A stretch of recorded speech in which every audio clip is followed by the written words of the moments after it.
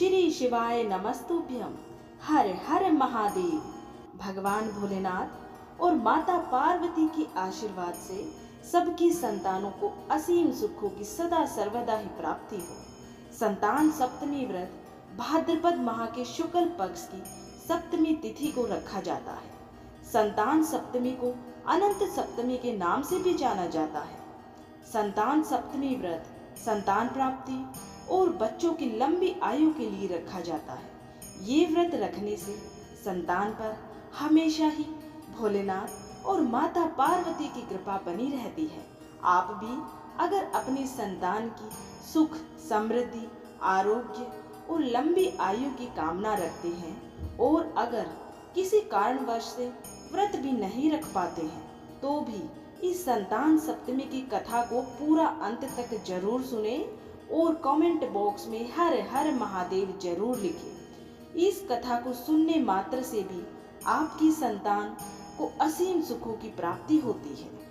भविष्य पुराण में बताया गया है कि सप्तमी तिथि भगवान सूर्य को समर्पित है। सप्तमी तिथि के दिन भगवान सूर्य की पूजा अर्चना करने मात्र से ही आरोग्य और संतान सुख की प्राप्ति होती है।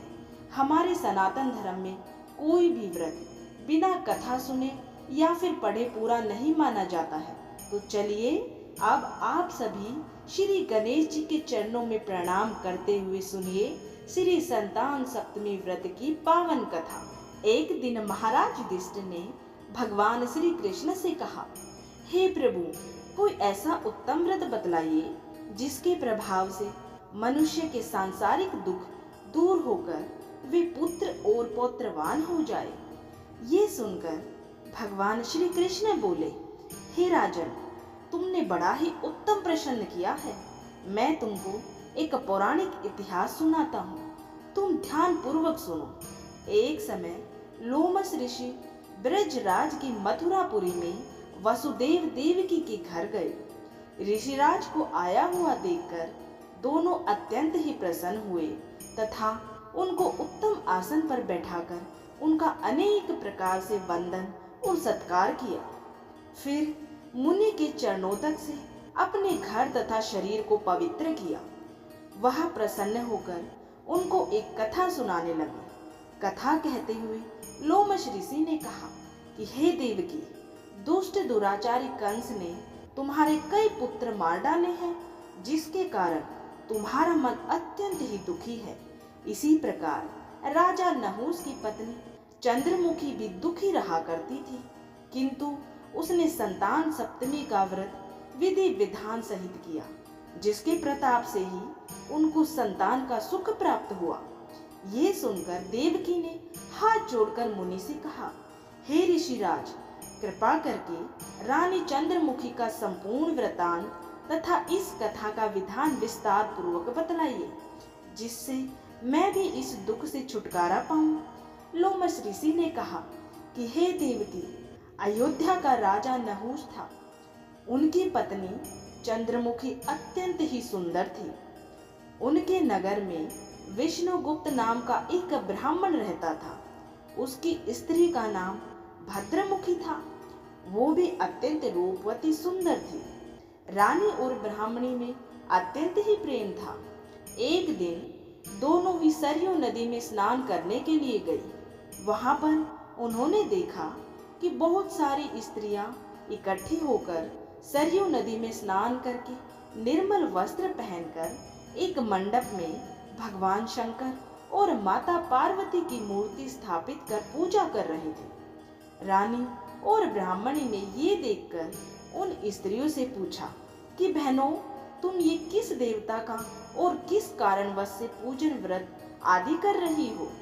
ये सुनकर स्त्रियों ने कहा कि हम संतान सप्तमी का व्रत कर रही हैं और हमने भगवान शिव जी, माता पार्वती का पूजन चंदन आदि से षोडशोपचार विधि से किया है। ये सब ऐसी पुनीत संतान सप्तमी व्रत का ही विधान है। ये सुनकर रानी और ब्राह्मणी ने भी इस व्रत के करने का मन ही मन में संकल्प किया और घर वापस लौट आई। ब्राह्मणी भद्रमुखी तो इस व्रत को नियम पूर्वक करती रही, किंतु रानी चंद्रमुखी राजमद के कारण कभी इस व्रत को करती और कभी ना करती, कभी भूल हो जाती। कुछ समय बाद दोनों ही मर गई। दूसरे जन्म में रानी बंदरिया और ब्राह्मणी ने मुर्गी की योनि पाई, परंतु ब्राह्मणी मुर्गी की योनि में भी कुछ नहीं भूली और भगवान भोलेनाथ तथा माता पार्वती का ध्यान करती रही। उधर रानी बंदरिया की योनि में भी सब कुछ भूल गई। थोड़े समय के बाद दोनों ने ये देह त्याग दी। अब इनका तीसरा जन्म मनुष्य योनि में हुआ। उस ब्राह्मणी ने एक ब्राह्मणी के यहाँ कन्या के रूप में जन्म लिया और ब्राह्मण कन्या का नाम भूषण देवी रखा गया तथा विवाह गोकुल निवासी अग्निशील ब्राह्मण से कर दिया गया। भूषण देवी इतनी सुंदर थी कि वह आभूषण रहित होते हुए भी अत्यंत ही सुंदर लगती थी। कामदेव की पत्नी रति भी उसके सम्मुख लज्जाती थी। भूषण देवी के अत्यंत सुंदर, सर्वगुण संपन्न, चंद्रमा के समान धर्मवीर, कर्मनिष्ठ, सुशील स्वभाव वाले 8 पुत्र उत्पन्न हुए। ये सब भगवान शिव जी के व्रत का ही पुनीत फल था। दूसरी ओर शिवमुखी रानी के गर्भ से कोई पुत्र ना हुआ। वो निसंतान दुखी रहने लगी। रानी और ब्राह्मणी में जो प्रीति पहले जन्म में थी वह अब भी बनी रही। रानी जब वृद्ध अवस्था को प्राप्त होने लगी तब उसके एक गूंगा, बहरा तथा बुद्धिहीन अल्प आयु वाला पुत्र हुआ। वह 9 वर्ष की आयु में ही इस क्षण भंगुर संसार को छोड़ के चला गया। अब तो रानी पुत्र शोक से अत्यंत ही दुखी हो व्याकुल रहने लगी। देव योग से भूषण देवी ब्राह्मणी रानी के यहाँ अपने पुत्रों को लेकर पहुंची। रानी का हाल सुनकर उसे भी बहुत दुख हुआ, किंतु इसमें किसी का क्या वश। कर्म और प्रारब्ध के लिखे को स्वयं ब्रह्मा जी भी नहीं मिटा सकते। रानी कर्म अच्युत भी थी, इसी कारण उसे दुख भोगना पड़ा। इधर रानी ब्राह्मणी के इस वैभव और 8 पुत्रों को देखकर अपने मन ही मन में ईर्ष्या करने लगी तथा उसके मन में पाप उत्पन्न हुआ। उस ब्राह्मणी ने रानी का संताप दूर करने के निमित्त अपने 8 पुत्र रानी के पास छोड़ दिए। रानी ने पाप के वशीभूत होकर उन ब्राह्मणी के पुत्रों की हत्या करने के विचार से लड्डू में विष मिलाकर उनको खिला दिया, परंतु भगवान शंकर की कृपा से एक भी बालक की मृत्यु न हुई। ये देखकर तो रानी अत्यंत ही आश्चर्यचकित हो गई और इस रहस्य का पता लगाने की मन ही मन में ठान ली। भगवान की पूजा से निवृत्त होकर जब भूषण देवी आई तो रानी ने उससे कहा कि मैंने तेरे पुत्रों को मारने के लिए इनको जहर मिलाकर लड्डू भी खिला दिया, परंतु इनमें से एक भी नहीं मरा। तूने ऐसा कौन सा दान, पुण्य और व्रत किया है जिसके कारण तेरे ये पुत्र नहीं मरे और तू नित नए सुख भोग रही है? तेरा बड़ा सौभाग्य है। इसका भेद तू मुझसे निष्कपट होकर समझा, मैं तेरी बड़ी ही ऋणी रहूंगी। रानी के ऐसे 3 वचन सुनकर भूषण ब्राह्मणी कहने लगी, सुनो, तुमको 3 जन्म का हाल कहती हूँ, सो ध्यान पूर्वक सुनना। पहले जन्म में तुम राजा नहुस की पत्नी थी और तुम्हारा नाम चंद्रमुखी था। मेरा भद्रमुखी था और मैं ब्राह्मणी थी। अब तुम अयोध्या में रहते थे और मेरी तुम्हारी बड़ी ही प्रीति थी। एक दिन हम दोनों सरयू नदी में स्नान करने गए और दूसरी स्त्रियों को संतान सप्तमी का उपवास, शिव जी का पूजन अर्चन करते देखकर हमने इस व्रत को करने की प्रतिज्ञा की थी, परंतु तुम सब कुछ भूल गई और झूठ बोलने का दोष तुमको लगा और तुम आज भी भोग रही हो। मैंने इस संतान सप्तमी व्रत को आचार विचार सहित पूरे नियम पूर्वक से सदैव किया और आज भी करती हूँ। दूसरे जन्म में तुम बंदरिया का जन्म लिया और मुझे मुर्गी की योनि मिली। भगवान शंकर की कृपा से इस व्रत के प्रभाव तथा भगवान को इस जन्म में भी मैं ना भूली और निरंतर उस व्रत को नियमानुसार करती रही। तुम अपने बंदरिया के जन्म में भी सब कुछ भूल गई। मैं तो समझती हूँ कि तुम्हारे ऊपर ये जो भारी संकट है उसका एकमात्र यही कारण है और दूसरा कोई इसका कारण नहीं हो सकता। इसीलिए मैं तो कहती हूँ कि अब भी संतान सप्तमी व्रत को तुम विधि सहित करो, जिससे तुम्हारा ये संकट दूर हो जाए।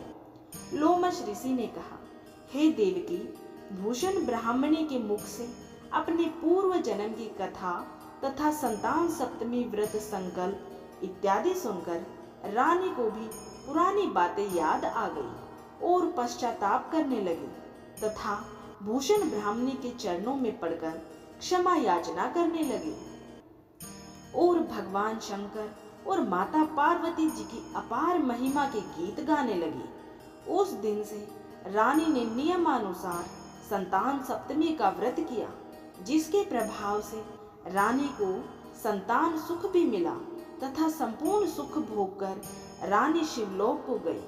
भगवान शंकर के व्रत का ऐसा प्रभाव है कि पथ भ्रष्ट मनुष्य भी अपने पथ पर अग्रसर हो जाता है और अनंत ऐश्वर्य भोगकर मोक्ष को प्राप्त होता है। लोमश ऋषि ने फिर कहा कि हे देवकी, तुम भी इस संतान सप्तमी व्रत को करने का संकल्प अपने मन में करो, तो तुमको भी एक उत्तम संतान सुख की प्राप्ति होगी। इतनी कथा सुनकर देवकी हाथ जोड़कर लोमश ऋषि से पूछने लगी, हे ऋषिराज, मैं इस पुनीत संतान सप्तमी के व्रत को अवश्य ही करूंगी। कृपया आप कल्याणकारी एवं संतान सुख देने वाले इस संतान सप्तमी व्रत का विधान, नियम, विधि आदि विस्तार से मुझे समझाइए। ये सुनकर लोमश ऋषि बोले, हे देवकी, यह पुनीत संतान सप्तमी व्रत भादो के महीने में शुक्ल पक्ष की सप्तमी के दिन लिया जाता है। उस दिन ब्रह्म मुहूर्त में उठकर किसी नदी अथवा कुएं के पवित्र जल में स्नान करके निर्मल स्वच्छ वस्त्र पहनने चाहिए। श्री शंकर भगवान तथा जगदम्बा माता पार्वती जी की मूर्ति की स्थापना करें। प्रतिमाओं के सम्मुख सोने चांदी के तारों का अथवा रेशम का एक गंडा बनावे। उस गंडे में 7 गांठें लगानी चाहिए। इस गंडे को धूप, दीप, अष्टगंध से पूजा करके अपने हाथ में बांधे और भगवान शंकर से अपनी कामना सफल होने की प्रार्थना करें। तदंतर 7 पुआ बनाकर भगवान का भोग लगाएं और 7 ही पुए एवं यथाशक्ति सोने तथा चांदी की अंगूठी बनाकर इन सबको एक तांबे के पारा में रखकर और उनका षोडशोपचार विधि से पूजन करके किसी सदाचारी, धर्मनिष्ठ, सतपात्रा ब्राह्मण को दान में देवे। उसके पश्चात 7 पुआ स्वयं प्रसाद के रूप में भी ग्रहण करे। इस प्रकार इस संतान सप्तमी व्रत का पारायण करना चाहिए।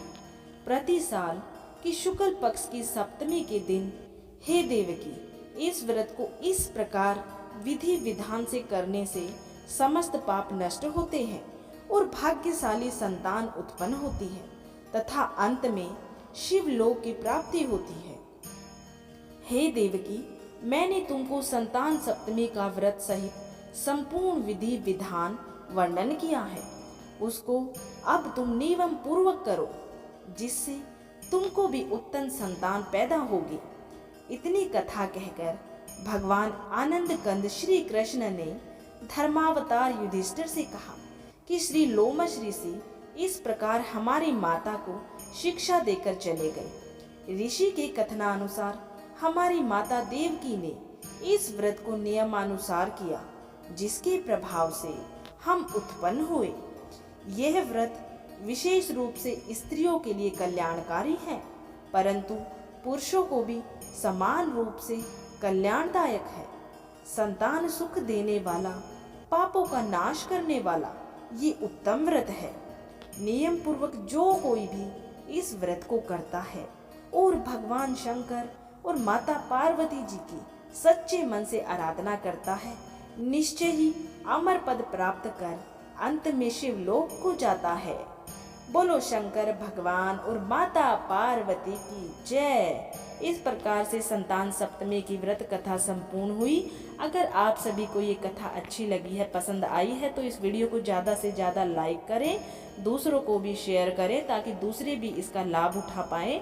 और अगर आपने अभी तक चैनल को सब्सक्राइब नहीं किया है तो ऐसे ही सनातन धर्म से जुड़ी कथाएं, कहानियाँ, व्रत त्योहारों के बारे में संपूर्ण जानकारी प्राप्त करने के लिए चैनल को सब्सक्राइब जरूर करें।